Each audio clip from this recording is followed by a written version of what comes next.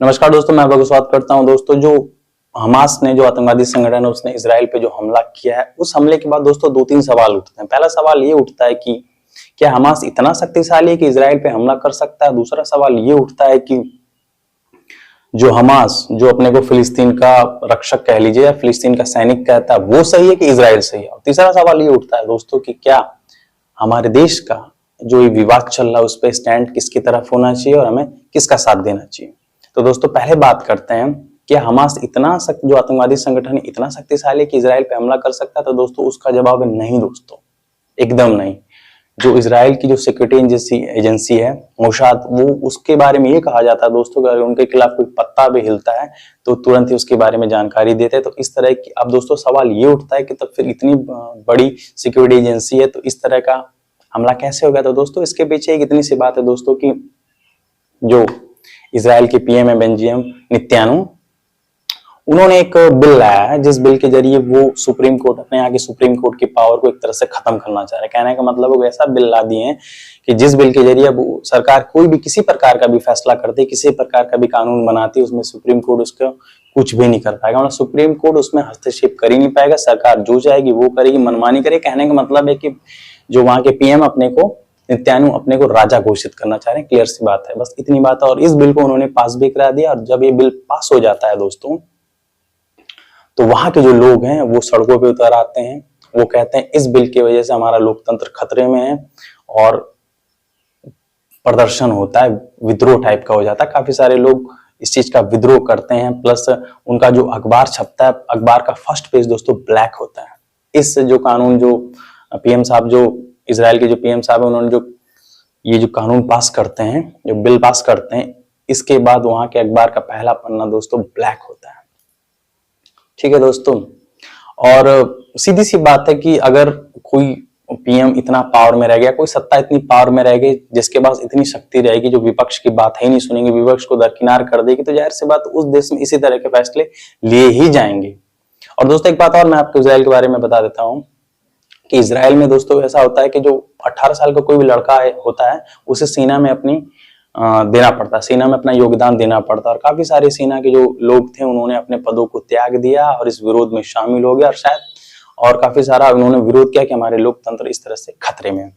और शायद क्या पता यही कारण हो कि जो हमास, जो आतंकवादी संगठन, उसने इसराइल पे हमला कर दिया। क्योंकि जो इसराइल पे हमला कारण यही हो सकता है क्योंकि जो इजराइल के लोग उन्हें अपने पीएम पे भरोसा उड़ गया, तो इसी के साथ मौके का फायदा हमास जो आतंकवादी संगठन है उसने कर दिया हुआ। अब दोस्तों, दूसरा सवाल उठता है कि क्या जो हमास, जो फिलिस्तीन का अपने को रक्षक कहता है, वो सही है कि इजराइल सही है।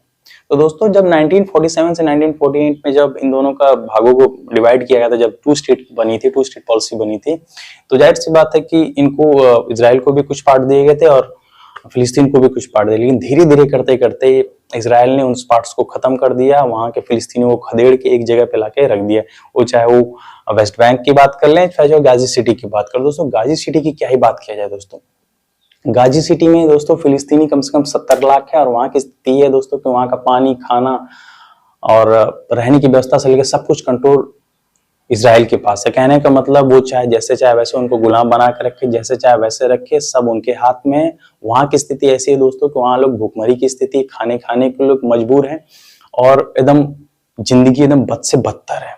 और ये जो इजराइल के लोग हैं गाजी सिटी से भगाना चाहते, खदेड़ना चाहते, लेकिन वहां के जो 70 लाख लोग हैं, कहाँ जाएं, किधर जाएं, किस देश में जाएं। पानी है, अगल बगल में पानी है, समुद्र है, वो जा नहीं सकते उधर, रास्ते से निकल नहीं सकते क्योंकि पूरा कब्जा इजराइल का ही है। कहाँ जाए, उनको एक तरह से घेराबंदी बना के रखे हैं, जैसे चाहे वो करवा रहे, जिसको चाहे वो कर रहे हैं।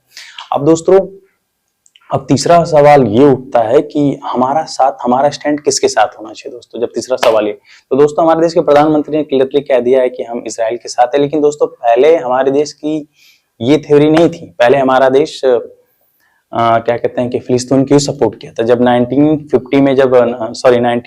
1947 से 48 में जो 2 स्टेट बना था, तो इसका विरोध भारत ने किया था। वो सिंगल स्टेट की मांग कर रहा था। 1950 में जो फिलिस्तीन के काफी सारे नेताओं को सपोर्ट किया, फाइनेंशियली भी सपोर्ट किया। यहाँ तक जवाहरलाल नेहरू ने भी फिलिस्तीन का सपोर्ट किया था। और उसके बाद उन्होंने ये कहा था कि जो इस तरह का जो इजराइल हरकतें कर रहा है उसको बंद की जाए। उसके बाद हमारे जो विदेश मंत्री थे, वो मतलब अटल बिहारी जो थे, उस एक समय हमारे देश के विदेश मंत्री थे, उन्होंने भी इसी बात को कहा था कि जो अरब कंट्री की जो जमीनों को इजराइल ने इकट्ठा कर रखा है, जो एक तरह से हड़प रखा है, उसको उन्हें छोड़ देना। और यही बात मनमोहन सिंह जी भी नहीं कही थी, यही बात सुषमा स्वराज ने कही थी। तो जाहिर सी बात है कि हमारे देश का माइंड पहले फिलिस्तीन के सपोर्ट में था और धीरे धीरे करके वो कन्वर्ट हुआ है। ऐसा नहीं कि हम फिलिस्तीन को ही सपोर्ट कर रहे हैं, ऐसा भी नहीं है। आप विदेश जो हमारे प्रधानमंत्री जी की विदेश यात्राएं देख लीजिए, उसमें कई बार वो इजराइल गए, उनका इजराइल पीएम के साथ काफी सारा अच्छा बॉन्डिंग है, अच्छा व्यवहार भी, अच्छा सिस्टम भी है। और ऐसा भी नहीं है कि हमने फिलिस्तीन को एकदम ही छोड़ दिया। फिलिस्तीन की में भी हमारे देश के प्रधानमंत्री का दौरा हुआ है। तो कहने का मतलब है कि हमारे देश का जो पक्ष कह सके न्यूट्रल ही है, बहुत ज्यादा एक तरफ भी नहीं, बहुत ज्यादा दो तरफ भी नहीं। लेकिन अगर बात की जाए, अब हम तो दूसरे पे स्टैंड ले रहे हैं और अपना स्टैंड दे रहे हैं, लेकिन अगर बात की जाए, मैं आप लोगों से एक सवाल पूछना चाहूंगा दोस्तों कि हमने जो विदेशी मामले पे तो अपना स्टैंड बना लिया है, लेकिन मणिपुर के मामले में अपना स्टैंड बनाया अपना? हमने विदेशी मामले में तो स्टैंड बना दी कि हाँ ये सही है ये गलत है, लेकिन क्या मणिपुर में जो हालात चल रहे हैं उसके बारे में हमने स्टैंड अपना दिया? और जो गोदी मीडिया जो कूद कूद के उछल के जाके वहां पे रिपोर्टिंग कर रही कि यहाँ पे बमबारी हो रही, ये हो रहा है, और वो भी गलत है। मैं मान रहा हूँ वो चीज जो वहां हो रहा है वो गलत है, लेकिन क्या मणिपुर पे वो कूद कूद के गया रिपोर्टिंग की कि हाँ आज इतने लोग मर गए, इतने लोगों का ऐसा कुछ हो गया, ऐसा कुछ के बारे में किया? नहीं किया। हमने स्टैंड दूसरे के लिए बना, लेकिन अपने ही घर में इस तरह की हो रही है हालात, उसके बारे में हमारा कोई स्टैंड नहीं बन रहा है। हमारे देश की मीडिया उसको दिखाने को तैयार नहीं। मैं आप लोगों से पूछना चाहता हूं कि क्या जो मीडिया इस तरह का कर रही है वो सही कर रही है कि गलत कर रही है? क्योंकि अगर वो वहां उनको दिखाने के पास समय, तो अपने देश में दिखाने के पास उनके पास समय नहीं। और हमने जो राय बना ली दूसरे के लिए, क्या हमारा मणिपुर पे राय नहीं बनता है? हमारे देश के लोगों का राय मणिपुर पे नहीं बनता है?